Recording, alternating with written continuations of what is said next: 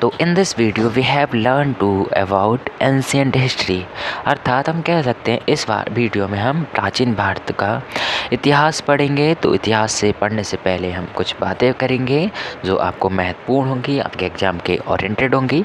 तो बात करते हैं हम आपके, ठीक है, पहली बात की तो आपको ध्यान रखना है वेदों की। तो आपको प्राचीन भारत का अगर इतिहास जानना है तो आपको वेदों की जानकारी होनी चाहिए। वेदों की जानकारी का मतलब है वेदों में कुछ तथ्य हैं जिनसे प्राचीन इतिहास की जानकारी मिलती है। तो बात करते हैं ऋग्वेद की। तो ऋग्वेद आपको ध्यान रखना है 1500 से 1000 ईसा पूर्व लिखा हुआ माना जाता है।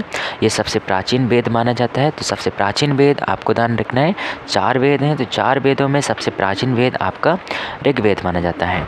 और स्तोत्र और प्रार्थनाओं का ये संकलन है। इसमें कुल 10 मंडल हैं, 1028 सूक्त और 10,580 ऋचाएँ हैं। और वहीं ध्यान रखना है कि जो ऋग्वेद को पढ़ते हैं उन ऋषि को होत्र कहते हैं। और इनका पहला और 10वां मंडल आपको ध्यान रखना है सबसे अंत में जोड़ा गया था। यानी जो पहला मंडल है और आपको ध्यान रखना है 10वां जो मंडल है, ये माना जाता है कि अंतिम मंडल इसमें रहा होगा। ठीक है, ये भी आपको ध्यान रखना है। इसके साथ साथ तीसरे मंडल में आपको ध्यान रखना है सूर्य देवता का उल्लेख मिलता है। सूर्य देवता यानी सविता यानी गायत्री मंत्र का उल्लेख मिलता है, ये आपको ध्यान रखना है। इसी तरह से आपको ध्यान रखना है जो नवा मंडल है यानी तीसरे मंडल में सूर्य देवता का उल्लेख मिलता है। नवे मंडल में आपको ध्यान रखना है सोम देवता का उल्लेख मिलता है। किसमें? ऋग्वेद में। 10वें मंडल में आपको ध्यान रखना है चातुर्य वर्ण जो आप पढ़ते हो कि आपका शूद्र, ब्राह्मण, ठीक है, वैश्य, क्षत्रिय, तो इनकी जो फिलॉसफी है आपको ध्यान रखना 10वें मंडल में जोड़ी गई थी, अर्थात किसी ने छेड़छाड़ की थी। यानी आपको पता ही है पहला और 10वां मंडल अंतिम था, इसीलिए ठीक है ये बाद में जोड़ा गया था, ये आपको ध्यान रखना है। वहीं ऋग्वेद के 2 ब्राह्मण आपको ध्यान रखना है ऐत्रेय और कौस्तिकी थे। तो ऋग्वेद के 2 ब्राह्मण थे, ऐत्रेय और कौस्तिकी थे, ये आपको ध्यान रखना है। इसके साथ साथ इनको पढ़ने वाले ऋषि को होत्र कहते हैं, ये भी आपको ध्यान रखना है। इस तरह से हम बात करेंगे कुछ अन्य महत्वपूर्ण तत्वों की यानी ऋग्वेद की। तो पहला आपने देखा सबसे प्राचीन जो वेद था ऋग्वेद था। दूसरा वेद आपको ध्यान रखना है यजुर्वेद। यजुर्वेद यानी आपको ध्यान रखना है यहाँ से यजुर्वेद, यहाँ से यज्ञ, यानी यज्ञ कराने के नियमों का संकलन या विधानों का संकलन किसमें दे रखा है आपका? यजुर्वेद में। पद और गद में लिखा जाने वाला वेद कौन सा था? तो आपको ध्यान रखना है यजुर्वेद, ऐसे पूछा जाता है। और इनके पुरोहित को यानी इनके ऋषि को जो इनका अध्ययन पाठन करते हैं तो आपको ध्यान रखना अर्धव्यू कहा जाता है उन्हें। प्रमुख उपनिषद में आपको ध्यान रखना है कठोपनिषद और ईशोपनिषद आपको ध्यान रखना है किसके उपनिषद हैं? यजुर्वेद के उपनिषद हैं। वहीं 2 ब्राह्मण ग्रंथ आपको ध्यान रखना है शतपथ और तैत्तिरीय, ठीक है, तो आपको ध्यान रखना है किसके हैं? आपके यजुर्वेद के हैं। वहीं आपको ध्यान रखना है कि जो ऋग्वेद हैं तो ऋग्वेद के ब्राह्मण आपको ध्यान रखना है ऐत्रेय और कौस्तिकी हैं। इसी तरह से आपने देखा था कि जो आपका, ठीक है, इसी तरह से आपने जो यजुर्वेद है इसका शतपथ और तैत्तिरीय देखा था, ठीक है। अब बात करते हैं हम आपके सामवेद की। सामवेद संगीत यानी शाम का अर्थ गान है, अर्थात संगीत से संबंधित अगर कोई वेद है तो वो आपको ध्यान रखना है आपका सामवेद है। यजुर्वेद यागों से संबंधित है और ऋषों मतलब बोल सकते हो ऋचाओं से श्लोकों का संकलन जो है वो किस में दे रखा है? ऋग्वेद में दे रखा है, ये भी आपको ध्यान रखना है। और ऋग्वेद का जो 10वां मंडल है वो बाद में जोड़ा गया जिसमें चातुर्वर्ण का उल्लेख भी मिलता है, ये भी आपको ध्यान रखना है। इसी के साथ साथ आपको ध्यान रखना है यज्ञों के अवसर पर जो गाए जाने वाले भजन हैं उनका उल्लेख मिलता है। और सामवेद के मंत्र गाने वाले को उद्गाता कहते हैं। और यजुर्वेद के वाले को आपको ध्यान रखना अर्धव्यू और जबकि ऋग्वेद वाले को आपको ध्यान रखना होत्र कहते हैं। इनके ब्राह्मण ग्रंथ ध्यान रखना है पंचविश और षड्विश ब्राह्मण, जबकि यजुर्वेद के शतपथ तैत्तिरीय ध्यान रखना है, उसके कौस्तिकीय और ऐत्रेय ध्यान रखना। तो ऋग्वेद के कौस्तिकीय ऐत्रेय और यजुर्वेद के आपको ध्यान रखना शतपथ और तैत्तिरीय, और जबकि सामवेद के ध्यान रखना पंचविश और आपको ध्यान रखना है, ठीक है, ब्राह्मण। इसी तरह से बात करते हैं हम आपके अथर्ववेद की। तो इससे पहले जो आपने 3 वेद पढ़े थे यानी ऋग्वेद, सामवेद और यजुर्वेद, तो इनको मिलाकर वेद त्रयी भी कहा जाता है, ये भी आपको ध्यान रखना है। बात करते हैं अथर्ववेद की। तो अथर्ववेद आपको ध्यान रखना है ये सबसे बाद में रचा गया वेद होगा। इसमें औषधियों का ज्ञान दे रखा है, यानी औषधियों का प्रयोग किया गया है, प्रयोग के बारे में बताया गया है, रोग निवारण के बारे में बताया गया है, जादू टोना, तंत्र मंत्र आदि अनेक विषयों पर इसमें खुल के चर्चा की गई है। ब्राह्मण ग्रंथ की बात करें तो इसमें ध्यान रखना है गोपद इसका ब्राह्मण ग्रंथ है। वहीं आपको ध्यान रखना था सामवेद का जो ब्राह्मण ग्रंथ था तो आपको ध्यान रखना था, ठीक है, षड्विश और आपका, ठीक है, पंचविश था। वहीं आपने यजुर्वेद का देखा शतपथ तैत्रीय था और ऋग्वेद का आपने देखा ऐत्रेय और कौस्तिकीय था, ठीक है। यजुर्वेद का आपको ध्यान रखना है और इसके साथ साथ अथर्ववेद का आपको ध्यान रखना था, गोपथ है, ठीक है। तो बात करेंगे इनके उपनिषद की, तो मुंडकोपनिषद और मांडुकोपनिषद ये आपको ध्यान रखना है किसके, अथर्ववेद के हैं। जबकि ईशोपनिषद आपको ध्यान रखना है और कठोपनिषद ये किसके थे, यजुर्वेद के थे। और वहीं मुंडकोपनिषद और मांडुकोपनिषद ये किसके हैं, अथर्ववेद के हैं, ये भी आपको ध्यान रखना है। तो मुंडकोपनिषद से ही भारत का जो राष्ट्रीय आदर्श वाक्य है सत्यमेव जयते, ठीक है, वो भी आपका इन्हीं से प्रेरणा ली गई थी, ये भी आपको ध्यान रखना है। वहीं ध्यान रखना है सभा और समिति प्रजापति की दो पुत्रियां बताई गई हैं। प्रजापति यानी राजा महाराजा जो होते हैं, ठीक है। तो बात करते हैं हम आपके, ठीक है, तो बात करें आपके वेद, तो ऋग्वेद की आपको ध्यान रखना ऐत्रेय और कौस्तिकीय ब्राह्मण होते हैं और यजुर्वेद के शतपथ और तैत्रीय ब्राह्मण थे, जबकि सामवेद के पंचविश और षड्विश ब्राह्मण थे। अथर्ववेद के गोपथ ब्राह्मण आपको ध्यान रखने हैं। ब्राह्मण ग्रंथ पूछे जाते हैं, इसीलिए आपको ज़्यादा फोकस से इनको ध्यान से रखना है। बात करेंगे हम प्राचीन यूनानी एवं रोम लेखकों की, तो ये भारतीय लेखकों के बारे में था। अब बात करेंगे हम जो विदेशी लेख है, तो उनमें, ठीक है, यूनानी और रोम लोग क्या कहते हैं। तो आपको ध्यान रखना है जो टेशियस हैं, टेशियस जो लेखक है, तो आपको ध्यान रखना है ये ईरान का एक राजवैद था, तो ये भी भारत का उल्लेख करता है, यानी भारत की जानकारी देता है। हेरोडोटस यानी इतिहास के पिता और हिस्टोरिका नामक इनकी पुस्तक थी, भारत ईरान संबंध का वर्णन करते हैं हिस्टोरिका में। सिकंदर के साथ आने वाला जो नियार्कस है, आपको ध्यान रखना आनेसिक्रिटस है, अरिस्टोबुलस है, ये सब सिकंदर के साथ आते हैं, ये भी भारत का उल्लेख करते हैं। वहीं आपको ध्यान रखना है सिकंदर के पश्चात, ठीक है, जो लेखक आए थे जैसे कि मेगास्थनीज जो है, आपको ध्यान रखना है सेलुकस का राजदूत था, बाद में चंद्रगुप्त के दरबार में आया था और इसकी पुस्तक थी इंडिका, इससे भी भारत की जानकारी मिलती है। डाइमेकस की पुस्तक आपको ध्यान रखना है, ठीक है, ये सीरियन नरेश आंतियोकस का राजदूत था, लेकिन बिंदुसार के दरबार में आया था। बिंदुसार कौन था, चंद्रगुप्त मौर्य का पुत्र था, ये भी आपको ध्यान रखना है। वहीं आपको ध्यान रखना है डायनीसियस, आपको ध्यान रखना है मिस्र नरेश टॉलमी फिलाडेल्फस का राजदूत था, अशोक के दरबार में आया था, आपको ध्यान रखना है डायनीसियस। प्लिनी आपको ध्यान रखना है नेचुरल हिस्ट्री लिखी थी किसने, प्लिनी ने लिखी थी, ये भी आपको ध्यान रखना है। टॉलेमी की आपको बात करना है तो आप बोल सकते हैं ज्योग्राफी ऑफ इंडिया किसने लिखी थी, टॉलेमी ने लिखी थी। अज्ञात में आपको ध्यान रखना है पेरिप्लस ऑफ इरिथ्रियन सी किसकी थी, आपको ध्यान रखना है, ठीक है, इसके लेखक का, ठीक है, बोल सकते हैं जानकारी नहीं है, लेकिन पेरिप्लस ऑफ एरिथ्रियन सी कहीं ना कहीं ये भारत की बात कर रहा था। इस तरह से आपको ध्यान रखना है चीनी लेखों की, तो चीनी लेखकों में देखिएगा आपको क्या क्या ध्यान रखना है, तो चीनी लेखकों में आपको ध्यान रखना है, चीनी लेखकों में देखिएगा आपको ध्यान रखना है कि जो चीनी लेखकों की अगर बात करें तो इसमें आपको ध्यान रखना है कि जो फाहियान था, ठीक है, तो जो फाहियान है आपको ध्यान रखना है एक चीनी नरेश, ठीक है, चीनी नरेश चंद्रगुप्त द्वितीय के दरबार में आया था और 15 वर्ष तक ये रहा था, ये भी आपको ध्यान रखना है फाहियान, ठीक है। और किसके दरबार में आपको ध्यान रखना है, चंद्रगुप्त द्वितीय के दरबार में एक चीन का था, ठीक है, 399 से 414 तक ये रहता है, ये भी आपको ध्यान रखना है। बात करें संयुगन की तो आपको ध्यान रखना है 518 में आता है, और वहीं हेंगशुआंग की बात करें तो 629 से 645 तक रहता है ये भारत में। हर्षवर्धन के समय में भारत आता है। शासनकाल में आपको ध्यान रखना है इसके शासनकाल में 629 में, ठीक है, हर्षवर्धन के शासनकाल में भारत आता है। चीन से भारतवर्ष के लिए प्रस्थान करता है, 15 वर्ष के पश्चात 645 में चीन लौटता है। इसकी यात्रा वृत्तांत का आपको नाम ध्यान रखना है, इसकी यात्रा वृत्तांत जो है उसका नाम है सी यू की। वहीं बात करेंगे आपके इत्सिंग की, तो इत्सिंग में देखिएगा आपको क्या ध्यान रखना है, तो इत्सिंग में आपको ध्यान रखना है 7वीं शताब्दी के अंत में ये भारत आता है। और अरबी लेखकों की अगर बात करें तो अरबी लेखकों में देखिएगा आपको क्या क्या ध्यान रखना है,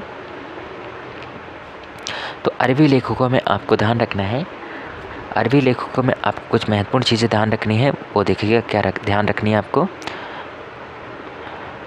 अरबी लेखकों में आपको ध्यान रखनी है कुछ महत्वपूर्ण चीज़ें में आपको ध्यान रखनी है, जैसे कि इब्न बतूता।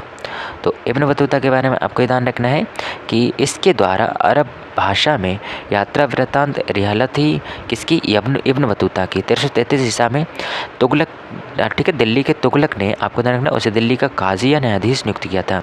तो आपको ध्यान रखना है, जो तुगलक वंश है इससे इनके दरबार में, ठीक है, ये बोल सकते हैं, यानी इनसे संबंधित जो है वो भी कौन था, आपका इब्न बतूता था।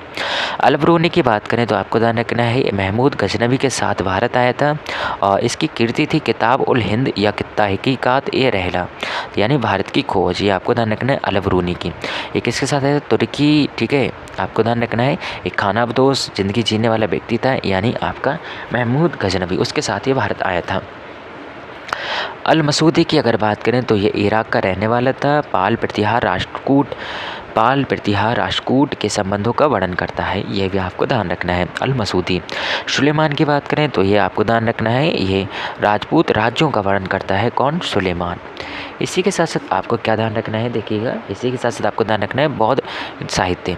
तो बौद्ध साहित्य में आपको ध्यान रखना है, पहला तो, ठीक है, त्रिपिटक में आपको ध्यान रखना है बुद्ध की शिक्षाओं का वर्णन किया गया है। वहीं विनय पिटक में आपको क्या ध्यान रखना है, जो विनय पिटक है इसमें ध्यान रखना है बौद्ध संघ के नियमों का उल्लेख किया गया है। सुत्त पिटक में आपको ध्यान रखना है, जो सुत्त पिटक है इसमें बुद्ध के उपदेश दिए गए हैं। और अभिधम पिटक में आपको ध्यान रखना है कि जो दार्शनिक सिद्धांत हैं उनका उल्लेख किया गया है। वहीं जैन साहित्यों की अगर बात करें तो आपको ध्यान रखना है विनय पिटक और आपका विनय पिटक, ठीक है, त्रिपिटक और सुत्त पिटक और अभिधम पिटक, ये सब किससे संबंधित थे, बौद्ध से संबंधित थे, यानी बौद्ध धर्म से संबंधित थे। तो ये भी आपको पता होना चाहिए, ठीक है। इसी के साथ साथ आप बात करेंगे आपके जैन साहित्य, यानी जिनको हम आगम कहते हैं।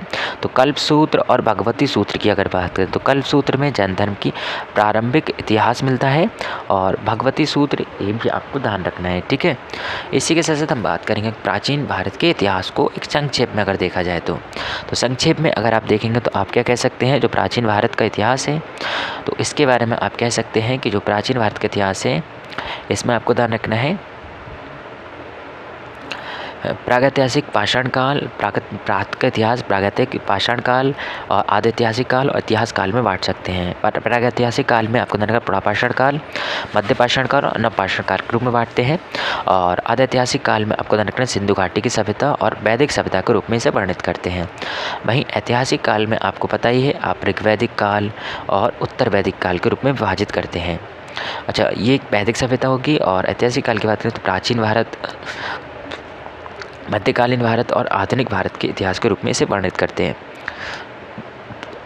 भाई ध्यान रखना है आपको, प्राचीन भारत की बात करें तो इसको भी हम महाजनपद काल के रूप में, मगध साम्राज्य के रूप में और मौर्य साम्राज्य के रूप में, इसी के साथ साथ आपको ध्यान रखना है आप मौर्योत्तर काल के रूप में। और बात करें आपके गुप्त साम्राज्य, हर्षवर्धन काल, ठीक है, ये सब किस में आ जाते हैं, आपके प्राचीन इतिहास में आ जाते हैं। मध्यकालीन इतिहास में आप आगे पढ़ेंगे आधुनिक भारत के इतिहास 1707 से स्टार्ट होकर 15 अगस्त 1947 तक माना जाता है। ऋग्वैदिक काल आपको ध्यान रखना है 1500 से 1000 तक का माना जाता है। और वहीं आपको ध्यान रखना है उत्तर वैदिक काल आपको ध्यान रखना है 1000 ईसा से 600 ईसा पूर्व तक माना जाता है। वहीं बात करें पाषाण काल की तो इसको भी 3 भाग में बांट सकते हैं, पुरापाषाण काल, मध्य पाषाण काल और नवपाषाण काल, ठीक है। इस तरह से हम बात करेंगे आपके प्रागैतिहासिक काल की। अगर बात करें तो आपको ध्यान रखना है इसे पाषाण युग और धातु युग के रूप में इसे जाना जाता है। तो पुरापाषाण काल में आपको ध्यान रखना है प्राचीन पत्थर युग कहा जाता है इसे। इसमें आपको ध्यान रखना है जो मानव था वो शिकारी था, यानी आपका ध्यान रखना है आपका, ठीक है, आखेटक था। ये भी आपको ध्यान रखना है, यानी मानव जो था इस वक्त का आखेटक और संग्राहक था। और वहीं आपको ध्यान रखना है जो मध्य पाषाण काल है इसमें पत्थर युग ये भी था और रॉबर्ट प्रोस्ट ने इसकी खोज की थी, इसकी जॉन वाइंस ने खोज की थी। आखेटक और पशुपालक व्यक्ति हो गया था, आवास नदी के तट के आदिवास में हो गया था। नवपाषाण काल में नवीन पत्थर युग कहा जाता है, डॉक्टर प्राइमरोज ने इसकी खोज की थी। आपको ध्यान रखना है पहिए और कृषि का इनको जानकारी हो गई थी, यानी कि, ठीक है, आवास था, गर्द और स्थायी आवास हो गया था।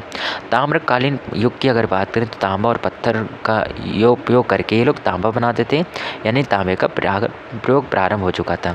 कच्चे और पक्के अधिवास हो गए थे। कांस्य युग की अगर बात करें तो आपको ध्यान रखना है तांबा और टिन को मिलाकर ये लोग क्या कर रहे थे, कांसे का निर्माण कर रहे थे, ये भी आपको ध्यान रखना है। कांसे का प्रयोग सिंधु घाटी सभ्यता में हुआ था।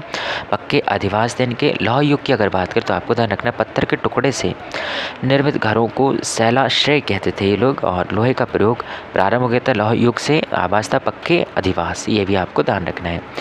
इसी के साथ साथ आप बात करेंगे आपके प्रागैतिहासिक काल की। तो पुराण पाषाण काल की अगर बात करें तो आपको क्या ध्यान रखना है, देखिएगा पुराण पाषाण काल की अगर बात करें तो आप इसे, ठीक है, प्रापाषाण काल और आपको ध्यान रखना है पाषाण काल का, प्रापाषाण काल, मध्य पाषाण काल और इसके साथ साथ आप नवपाषाण काल के रूप में विभाजित कर सकते हैं। तो प्रापाषाण काल का व्यक्ति जो था वो शिकारी था और आपको ध्यान रखना है आपका आखेटक था। इसके साथ साथ आपको ध्यान रखना है खाद्य संग्राहक था और पशुपालन, कृषि, अग्नि के ज्ञान का अभाव था इस काल के मानव को। इस काल से संबंधित प्रथम हस्त कुठार था, आपको ध्यान रखना है 1863 ईसा में पल्लव रम मद्रास में प्राप्त हुआ था। रॉबर्ट फुट को यह हथियार मिला था, ये आपको ध्यान रखना है। मध्य पाषाण काल की बात करें तो इस काल का व्यक्ति शिकारी, खाद्य संग्राहक था। साक्ष्य की अगर बात करें तो आपको ध्यान रखना है पशुपालन, अस्थि निर्मित उपकरण। तो पशुपालन के जो साक्ष्य हैं वो आपको ध्यान रखना है आदमगढ़ आपके, ठीक है, और बागोड़ में आपके ध्यान रखना है पशुपालन के साक्ष्य मिलते हैं, जबकि अस्थि निर्माण के साक्ष्य आपको ध्यान रखना है तो सराय नाहर और शाय और महदह आपको ध्यान रखना है। इसी के साथ साथ आप क्या कह सकते हैं, इसी के साथ साथ आप नवपाषाण काल खाद्यान्न का सर्वप्रथम उत्पादन हुआ और आग का प्रयोग किया जाने लगा, ये आपको ध्यान रखना। लाहुरा देव से आपको ध्यान रखना चावल के प्राचीनतम साक्ष्य मिलते हैं। मेहरगढ़ से गेहूं के प्राचीनतम साक्ष्य मिलते हैं और गुफकराल से कृषि एवं पशुपालन के साक्ष्य मिलते हैं। वहीं ध्यान रखना है बुर्ज होम से मानव कंकाल, कुत्ते का कंकाल, गर्त आवास मिलता है। आपको ध्यान रखना शंगन कल्लू और पिकली हल, उतनूर से राख के टीले का उल्लेख मिलता है। इसी तरह से पूर्व प्रापाषाण काल की बात करें तो क्रोड उपकरण यानी आपको ध्यान रखना हष्ट कुठार, आपके खंडक और बिदारेणी का उपयोग मिलता है। मध्य पाषाण काल की बात करें तो फलक उपकरण, क्वार्टराइज पत्थर से निर्मित। उच्च प्रापाषाण काल की बात करें तो आपको ध्यान रखना है आपका तक्षणी और खुरचनी नामक, ठीक है, हथियार का लोग प्रयोग करा करते थे। अब बात करते हैं इनके सांस्कृतिक लक्षण की, तो आपको ध्यान रखना है तो निम्न प्रापाषाण काल की अगर बात करें तो आपको ध्यान रखना है इनकी सांस्कृतिक लक्षण की, तो सल्क, गणासा, खंडक उपकरण आदि का उपयोग करते थे। मुख्य स्थान में आपको ध्यान रखना है पंजाब, आपके कश्मीर, ठीक है, सोहन घाटी, सिंगरौली घाटी, छोटा नागपुर और नर्मदा घाटी, कर्नाटका, आंध्र प्रदेश, ये इनका मेन स्थान हुआ करता था। महत्वपूर्ण उपकरण विशेषताओं की अगर बात करें तो आपको हष्ट कुठार और बटिकाश्म और उपकरण आपको ध्यान रखना होमो रेक्ट स्थिति और अवशेष नर्मदा नदी घाटी से प्राप्त होते हैं। मध्य पाषाण की बात करें तो फलक संस्कृति थी, नेवासा महाराष्ट्र में इनके साक्ष्य मिलते हैं, डीडवाना राजस्थान में इनके साक्ष्य मिलते हैं, भीमबेटका यानी मध्य प्रदेश में साक्ष्य मिलते हैं, बांकुड़ा और आपको ध्यान रखना पुरुलिया पश्चिम बंगाल में इनके साक्ष्य मिलते हैं। आपको महत्वपूर्ण उपकरण की बात करें तो फलक, बेतनी, खुरचनी, भीमबेटका से गुफा चित्रकारी मिलती है, ये आपको ध्यान रखना है। उच्च प्रापाषाण काल की अगर बात करें तो अस्थि, खुरचनी और दक्षिणी संस्कृति का, ठीक है, उल्लेख मिलता है। तो बेलन घाटी, छोटा नागपुर, पठार, मध्य भारत, गुजरात, महाराष्ट्र, कर्नाटका और आंध्र प्रदेश, ये आपको ध्यान रखना है। प्रारंभिक इतिहास की अगर बात करें तो आपको ध्यान रखना होमोसेपियंस मानव का काल उच्च प्रापाषाण काल में ही माना जाता है। हार्पून, फलक और हड्डी के उपकरण की प्राप्ति होती है। मध्य पाषाण काल की अगर बात करें तो ये बहुत ज़्यादा इंपॉर्टेंट है, ये आपको ध्यान रखना है। सूक्ष्म पाषाण का संस्कृति यहाँ से प्राप्त होती है। आदमगढ़, भीमबेटका यानी मध्य प्रदेश में जो भीमबेटका की गुफाएं मिलती हैं, बागोर राजस्थान, सराय नाहर राय उत्तर प्रदेश, ठीक है, यह आपको ध्यान रखना है। तो सूक्ष्म पाषाण आपको ध्यान रखना है, सूक्ष्म पाषाण उपकरण बनाने की तकनीक का विकास करते हैं लोग। अर्धचंद्राकार उपकरण, एक उधार फलक, एक स्थायी निवास का साक्ष्य पशुपालन के द्वारा किया जाता है, ठीक है, ये आपको ध्यान रखना है। मैं ध्यान रखना नवपाषाण काल की अगर बात करें तो पॉलिश्ड उपकरण की प्राप्ति होना शुरू हो जाती है। बुर्जहोम, गुफकराल यहाँ के प्रमुख स्थान थे। लंगनाज, दमदमा, कोल्डी हवा, चंद्रचरांद और आपको ध्यान रखना है पोचमपल्ली, मास्की, ये यहाँ के प्रमुख स्थान थे। बात करेंगे इनके जो विशेषताओं की, तो ये प्रारंभिक कृषि साक्ष्य मिलते हैं। कपड़ा बुनना प्रारंभ कर देते हैं, भोजन पका के अपना रहन सहन करते हैं, मृत भांड बर्तन का निर्माण करते हैं। इसके साथ साथ मनुष्य स्थायी निवासी हो जाता है, ये भी आपको ध्यान रखना है। और पाषाण उपकरणों का पाषाण जो उपकरण होते हैं उन पर पॉलिश करना ये लोग प्रारंभ कर देते हैं। पहिया अग्नि का प्रचलन आपके नवपाषाण काल में हो जाता है। तो ये एग्ज़ाम ओरिएंटेड एग्ज़ाम के पर्पज़ से बहुत ज़्यादा महत्वपूर्ण है, ये भी आपको ध्यान रखना है। आइए बात करते हैं हम आपके अन्य महत्वपूर्ण तथ्य की। तो अन्य महत्वपूर्ण तथ्यों में देखिएगा आपको क्या ध्यान रखना है, निम्न पाषाण काल की। तो निम्न पाषाण काल की अगर बात करें तो आपको ध्यान रखना है शल्क गणासा खंडक उपकरण संस्कृति निम्न पाषाण काल की थी। पंजाब कश्मीर सोहन घाटी सिंगरौली, ठीक है भाई सब आप कह सकते हैं इसमें। अब देखिएगा मेन बात करते हैं हम आपके सिंधु घाटी सभ्यता की। तो जैसा कि आप जानते हैं सिंधु घाटी सभ्यता जिसको हड़प्पा सभ्यता के नाम से भी जानते हैं, तो इसमें आपको ध्यान क्या रखना है, हड़प्पा सभ्यता या सिंधु घाटी सभ्यता को इसलिए इस नाम से जाना जाता है क्योंकि इसके प्रथम अवशेष हड़प्पा नामक स्थान से मिले थे और इसके आरंभिक स्थलों में अधिकांश जो नदी थी वो सिंधु नदी थी। आपको ये ध्यान रखना है, ठीक है। तो हम बात करते हैं आपके खोज और ठीक है स्थानों की। तो आपको ध्यान रखना है, तो इसको बोल सकते हैं सिंधु घाटी सभ्यता इसलिए कहते हैं क्योंकि सिंधु नदी यहाँ पर सबसे पहले पाई गई थी, ये आपको ध्यान रखना। और एक नगरीय सभ्यता थी, तो आपको ध्यान रखना है खोज। तो सिंधु घाटी सभ्यता की जो खोज है या बोल सकते हैं, ठीक है, हड़प्पा नामक जो स्थान है इसकी खोज सबसे पहले दयाराम साहनी के द्वारा की जाती है। भौगोलिक स्थल की बात करें तो शुद्ध कानकोट गेडोर आलमगीरपुर मांडा और आपको ध्यान रखना है दैमाबाद तक इसका विस्तार था, ये आपको ध्यान रखना है। इसके साथ साथ आपको ध्यान रखना है बड़े स्थलों की। तो बड़े स्थल में आपको ध्यान रखना है मोहनजोदड़ो यहीं का बड़ा स्थल था। हड़प्पा आपको ध्यान रखना है गढ़वाड़ी वाला धौलावीरा राखीगढ़ी और कालीबंगन ये यहाँ के प्रमुख स्थान थे जो कि अपने आप में बहुत आकार में बड़े थे। लिपि की बात करें तो इनकी लिपि आज तक कोई पढ़ नहीं पाया, तो इसीलिए इनकी जो लिपि है उसको भावचित्रात्मक लिपि भी माना जाता है, ये आपको ध्यान रखना है। इसके साथ फसलों की बात करें तो गेहूँ और जौ यहाँ का प्रमुख फसल था। समाज आपका मात्र सत्तात्मक हुआ करता था। इसी तरह से आपको ध्यान रखना है सिंधु घाटी सभ्यता में हड़प्पा कालीन नगरों की अगर बात करें तो ये त्रिभुजाकार इसका आकार था, ठीक है। तो आपको देखो मेन चीज़ का ध्यान रखने, मेन ये ध्यान रखने कौन सा स्थल किस नदी के किनारे स्थित था और इसकी खोज किसने की थी और कब की थी, ये आपको ध्यान रखना है। वर्तमान में इसका विस्तार कहाँ तक है ये भी आपको पता होना चाहिए। तो बात करते हैं हम आपके हड़प्पा की।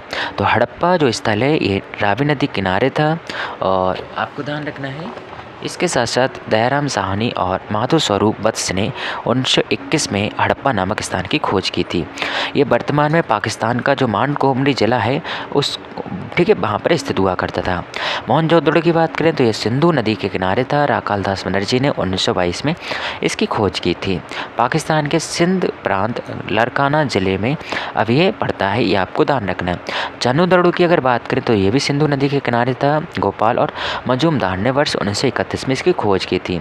ये पाकिस्तान का जो सिंध प्रांत है वहाँ पर ये क्षेत्र लगता है। कालीबंगन की अगर बात करें तो ये घग्गर नदी के किनारे स्थित था।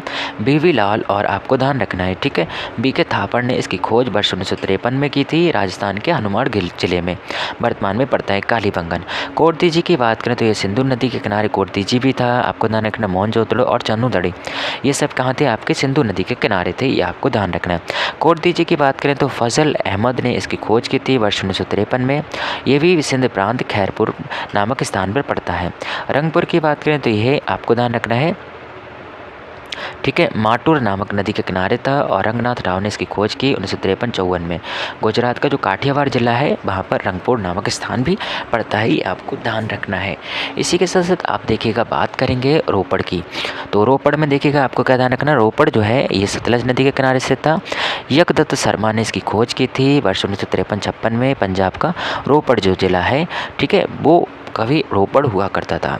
बात करते हैं लोथल की। तो लोथल में आपको ध्यान रखना है भोगवा नदी के किनारे स्थित था। रंगनाथ राव ने इसकी खोज की थी 1955 और ठीक है 62 में। गुजरात का अहमदाबाद जिला, ठीक है, इसको कवर करता है लोथल को, ये आपको ध्यान रखना। आलमगीरपुर की आपकी बात करेंगे तो हिंडन नदी के किनारे था। एकदत्त शर्मा ने इसकी खोज की थी वर्ष 1958 में।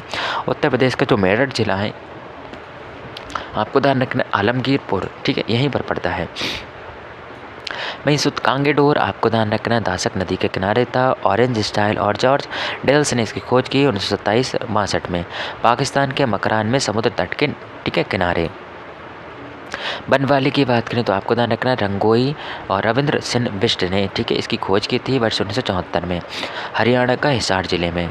धौलावीरा की अगर बात करें तो आपको ध्यान रखना रविंद्र सिंह बिष्ट ने इसकी खोज की थी 1990-91 में गुजरात के कच्छ जिले में। ये आपको ध्यान रखना है। इसी के साथ साथ आपको ध्यान रखना है सिंधु घाटी सभ्यता में आपको अन्य तत्वों में तो आपको ध्यान रखना है सैंधव स्थलों से प्राप्त अवशेष एवं वस्तुओं की। तो हड़प्पा की अगर बात करें तो यहाँ से कब्रिस्तान 837 की भी प्राप्त हुई है और शवाधान पेटिका मिली है, शंख का बना बैल मिला है, पीतल की एक गाड़ी, स्त्री के गर्भ से निकला हुआ पौधा मिला है यानी जिसे उर्वरता की देवी माना जाता है, गेहूँ और जौ के दाने मिले हैं, विशाल अन्नागार मिले हैं, स्वास्तिक का चिन्ह मिला है, चक्र के साक्ष्य और तांबे का पैमाना आदि की प्राप्ति आपको हड़प्पा नामक स्थान से हो जाती है। मोहनजोदड़ो में आपको ध्यान रखना है यहाँ से बृहद स्नानागार, मातृ देवी की मूर्ति, कांसे की नृत्य करती हुई मूर्ति, आपको ध्यान रखना राज मुद्रा पर अंकित पशुपतिनाथ की मूर्ति, सूती कपड़ा, हाथी का कपाल, खंड, घोड़े के दांत, गीली मिट्टी के दिए के साक्ष्य, गले हुए तांबे के ढेर, सीपी की बनी हुई पटरी, कुंभकारों के 6 भट्टे के अवशेष तथा मिट्टी का तराजू, सबसे बड़ी ईंट का साक्ष्य भी यहीं से मिला है। कहाँ से? मोहनजोदड़ो से। चन्नू दड़ू की अगर बात करेंगे तो आपको ध्यान रखना है जो चन्नू दड़ू है इसकी बात करना है, आपको ध्यान रखना अलंकृत हाथी यानी सजा हुआ हाथी के साक्ष्य मिले हैं, बकराकार ईंटें मिली हैं, कंघा मिला है, यहाँ पर लिपस्टिक 4 पहियों वाली गाड़ी मिली है, अलंकृत हाथी मिला है, मन के इत्यादि। यानी चन्नू दड़ू का हम कह सकते हैं कॉस्मेटिक एक तरह की दुकान थी, ठीक है। इसी तरह से हम बात करते हैं आपके कालीबंगा की। तो कालीबंगा से आपको ध्यान रखना है आर्य आयताकार 7 अग्नि वेदिकाएँ मिली हैं, जुते हुए खेत के साक्ष्य मिले हैं, कांच और मिट्टी की चूड़ियाँ मिली हैं, सिलवट्टा मिला है, सूती कपड़े की छाप मिली है, माणिक्य एवं आपको ध्यान रखना मिट्टी के मन के मिले हैं।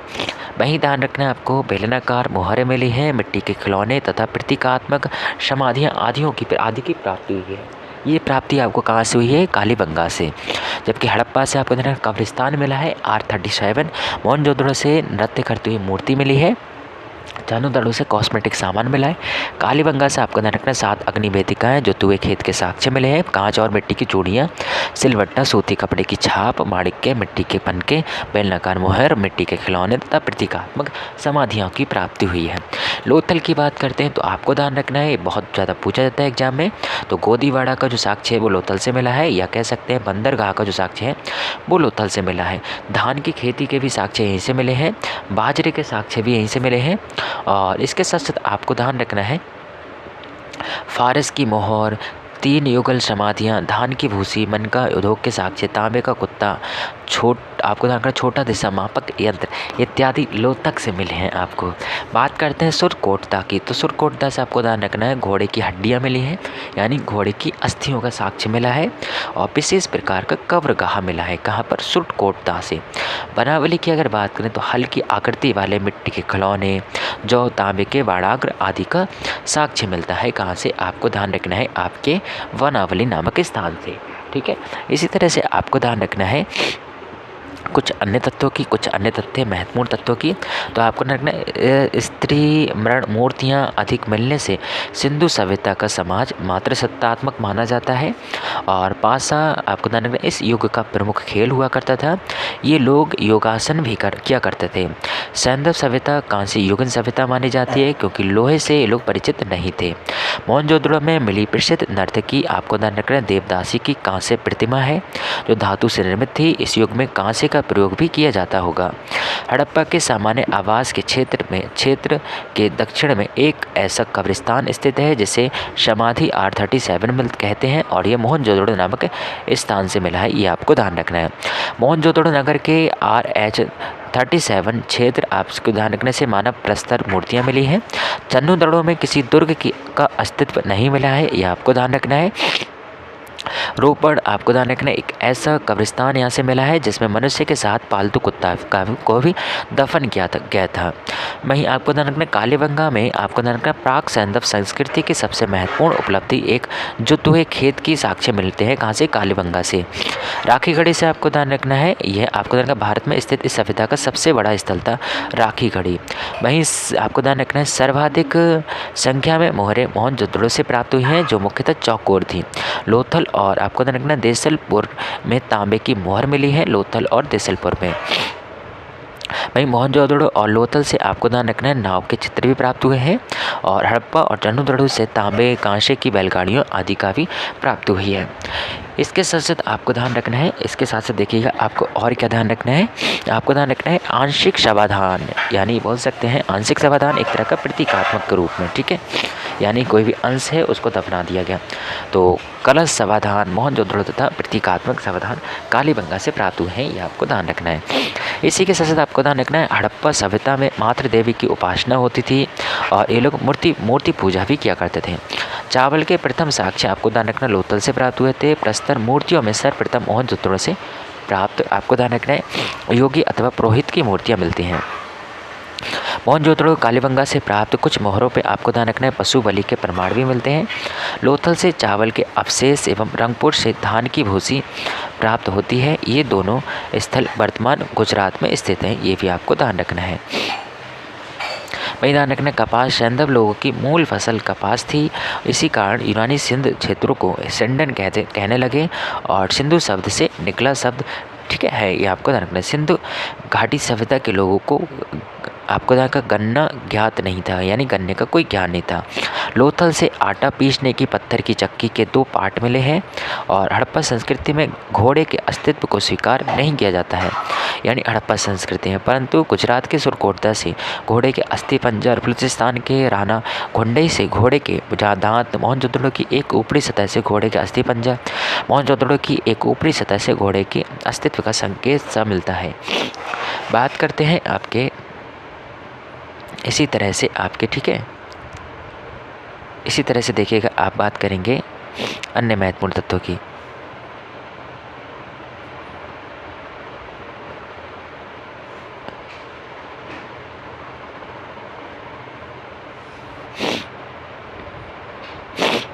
तो आपको ध्यान रखना है अन्य महत्वपूर्ण तत्वों में आपको क्या ध्यान रखना है,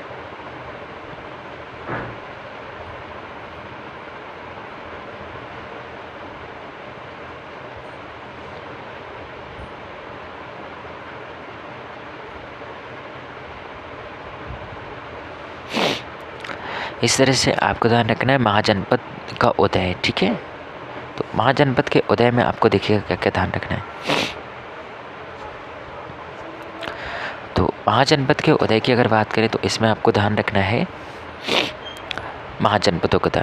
तो बुद्ध के जन्म के पूर्व 6ठी शताब्दी ईसा पूर्व में भारतवर्ष 16 महाजनपदों में विभाजित था, यानी 6ठी ईसा पूर्व से पहले आपको ध्यान रखना है भारतवर्ष में 6 महाजनपद हुआ करते थे। इसकी जानकारी हमें बौद्ध ग्रंथ अंगुत्तर निकाय से मिलती है। बात करें, अंग की राजधानी चंपा थी, मगध की राजधानी गिरिव्रज राजगृह थी, काशी की वाराणसी थी, वत्स की कौशाम्बी, पज्जी की वैशाली, विद्रोह और मिथिला थी, कौशल की श्रावस्ती थी, अवंती की उज्जैन और महिष्मती थी, मल की कुशावती थी, पांचाल की आपको ध्यान रखना ऐच्छत्र काम्पिल्य थी, चेदी की आपको ध्यान रखना शक्तिमती थी, कुरु की इंद्रप्रस्थ थी, मत्स्य की विराटनगर थी, कंबोज की हाटक थी, सूरसेन की मथुरा, अश्मक की पोटलीपुत्र या पोतन थी, गांधार की तक्षशिला थी। वहीं ध्यान रखना है अंग की, तो ये आपको ध्यान रखना है ये वर्तमान में आपका भागलपुर और मुंगेर नामक स्थान पर पाया जाता है। मगध पटना गया में पाया जाता है, काशी वाराणसी के आसपास का क्षेत्र है, वत्स आपको ध्यान रखना है इलाहाबाद के आसपास का क्षेत्र है। इसी के साथ साथ आपको ध्यान रखना है बज्जी की, तो बज्जी आपको ध्यान रखना है यह मुजफ्फरपुर और दरभंगा के आसपास का क्षेत्र था। कौशल फैजाबाद यानी अयोध्या के आसपास का क्षेत्र था। अवंती आपको ध्यान रखना है मालवा के आसपास का क्षेत्र था। मल आपको ध्यान रखना है देवरिया यानी उत्तर प्रदेश के आसपास का क्षेत्र था। पांचाल बरेली बदायूं फरुखाबाद ये आपको ध्यान रखना है ये पांचाल वाले क्षेत्र था। वहीं चेदी आपको ध्यान रखना है बुंदेलखंड वाला क्षेत्र था। और कुरु क्षेत्र ध्यान रखना है आधुनिक दिल्ली मेरठ हरियाणा के कुछ क्षेत्र कुरु में आते थे, जिसकी राजधानी इंद्रप्रस्थ थी, यह आपको ध्यान रखना है। और वहीं ध्यान रखना है आपको कुरु की, ठीक है। मत्स्य की ध्यान रखना है, विराटनगर राजधानी थी, जयपुर बाल के जो आसपास का जो क्षेत्र है वो मत्स्य में आता था। कंबोज में राजौरी और हजारा क्षेत्र आता था। सुरसेन में मथुरा क्षेत्र। अश्मक में गोदावरी नदी का जो क्षेत्र है भारत का एकमात्र जनपद था दक्षिण का। और वहीं ध्यान रखना है गांधार तक्षशिला राजधानी थी, रावलपिंडी और पेशावर, ठीक है, वाले क्षेत्र में आया करता था। अब देखिएगा बात करते हैं हम आपके कुछ अन्य महत्वपूर्ण तत्वों की। तो अन्य महत्वपूर्ण तत्वों में देखिएगा आपको क्या क्या ध्यान रखना है। बात करते हैं मगध की। तो मगध आपको पता ही था। तो मगध की अगर परिचय की बात करें तो मगध प्राचीन भारत के 16 महाजनपदों में से एक प्रमुख महाजनपद था। यह बुद्ध काल तथा परवर्ती काल में उत्तरी भारत का सबसे शक्तिशाली और समृद्ध जनपद माना जाता था। इसकी स्थिति की अगर बात करें तो दक्षिण बिहार के क्षेत्र में थी। आपको ध्यान रखना है इसके अंतर्गत आधुनिक पटना और गया जिला शामिल था। इसकी राजधानी गिरिव्रज थी, राजगृह बनी, बाद में राजगृह बन जाती है, और जो 5 पहाड़ियों से घिरा हुआ था। भगवान बुद्ध के पूर्व बृहद्रथ और जरासंध यहाँ के प्रतिष्ठित राजा हुआ करते थे। बात करेंगे भौगोलिक स्थिति की। तो मगध की सीमा उत्तर में गंगा से, दक्षिण में विंध्य पर्वत तक, पूर्व में चंपा से पश्चिम में सोन नदी तक विस्तृत थी। यानी आप कह सकते हैं अगर मगध की सीमा की, तो सीमा में आपको ध्यान रखना है तो उत्तर में इसके क्या था, गंगा थी, ये आपको ध्यान रखना है। और जबकि दक्षिण में आपको ध्यान रखना है इसके विंध्य पर्वत था, ठीक है। तो दक्षिण में विंध्य पर्वत था। और वहीं ध्यान रखना है पूर्व में इसके चंपा राजधानी मतलब चंपा वाला क्षेत्र पड़ता था। और वहीं पश्चिम में आपको ध्यान रखना है इसके सोन नदी, ठीक है, वाला क्षेत्र पड़ता था। तो आप क्या कह सकते हैं, तो यानी एक तरह के प्राकृतिक सुरक्षा प्रदान कर रहे थे। इसकी जो सीमाएं थी वो इसको एक तरह का प्राकृतिक ठीक है, सुरक्षा प्रदान कर रहे थे। तो बात करते हैं आपके मगध की राजधानी कालांतर में पाटलिपुत्र स्थानांतरित हुई। और जब आपने देखा प्राकृतिक स्थान यहाँ पर ज़्यादा है तो इसके मैदान ज़्यादा उपजाऊ होंगे। कृषि में लोहे का ज़्यादा उपयोग किया जाने लगा। नवीन तकनीक, लोहे का जब प्रयोग होगा तो नवीन तकनीकों का प्रयोग होगा। वन क्षेत्र और हाथियों की उपलब्धता अधिक थी। खनिज संसाधनों की उपलब्धता थी। व्यापार की अनुकूलता और प्राकृतिक सुरक्षा से मगध के उत्कर्ष में महत्वपूर्ण, ठीक है, योगदान दिया था। ये आपको ध्यान रखना है। अब बात करते हैं आपके हर्यक वंश की। यानी मगध में हर्यक वंश की अगर बात करें तो आपको ध्यान रखना है ये 544 से लेकर आपको ध्यान रखना है 412 तक, ठीक है, ये शासन करते हैं। इसके संस्थापक आपको ध्यान रखना बिंबिसार थे।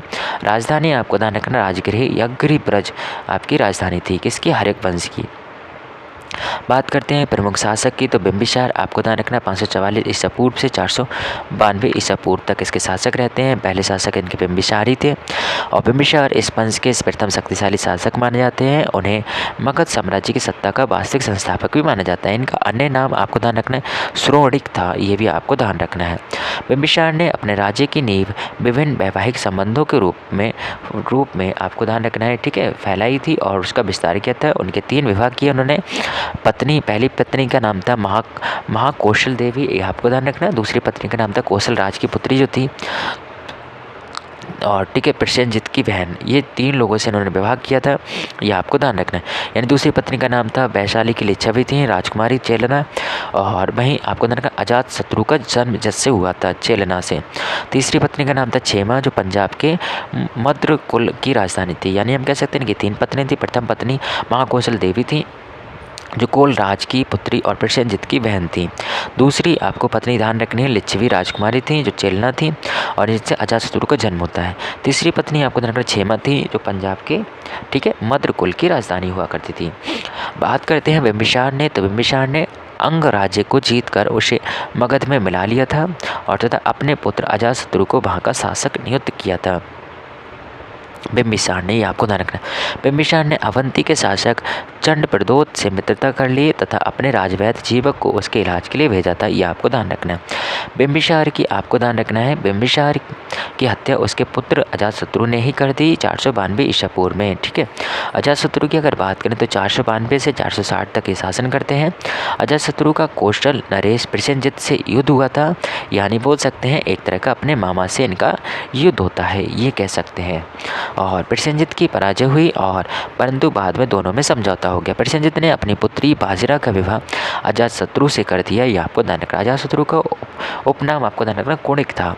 अजातशत्रु जैन मतानुयायी था अजातशत्रु का लिच्छवियों से युद्ध हुआ, ठीक है, और अपने कूटनीतिक मित्र बशकार की सहायता से उसने लिच्छवियों पर विजय प्राप्त की और इस युद्ध में अजातशत्रु ने अपने रथ मूसल तथा शिलाकंटक नामक हथियारों का प्रयोग किया था। बाद में काशी और वैशाली दोनों मगध के अंग बन गए, ये आपको ध्यान रखना है।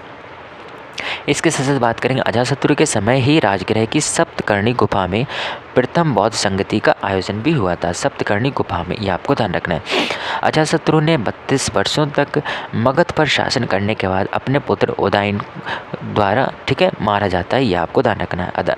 जो आपको ध्यान रखना है, जो अजातशत्रु है ये किसके द्वारा मारे जाते हैं? उदयन के द्वारा मारे जाते हैं, ये भी आपको ध्यान रखना है।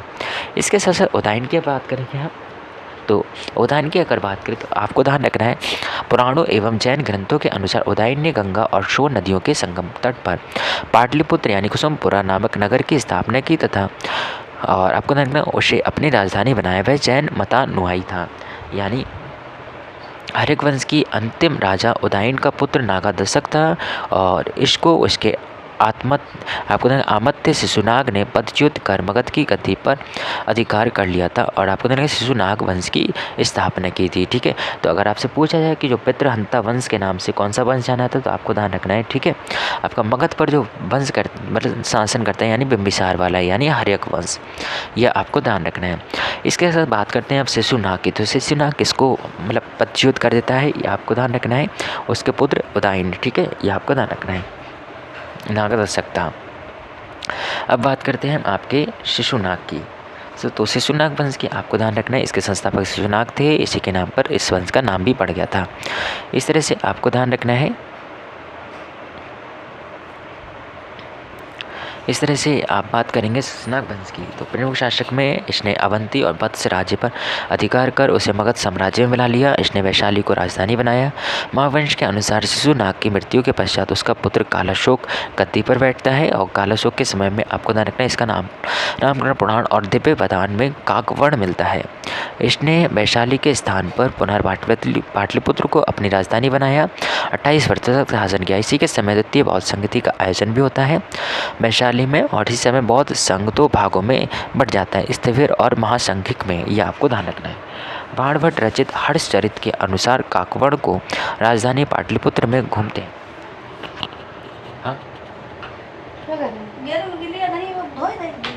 गेरू की भी लिया थोड़ा सा गेरू तो मैंने लगा लो मैं, हाँ तेरे ना बोलो मैंने बंद कर दो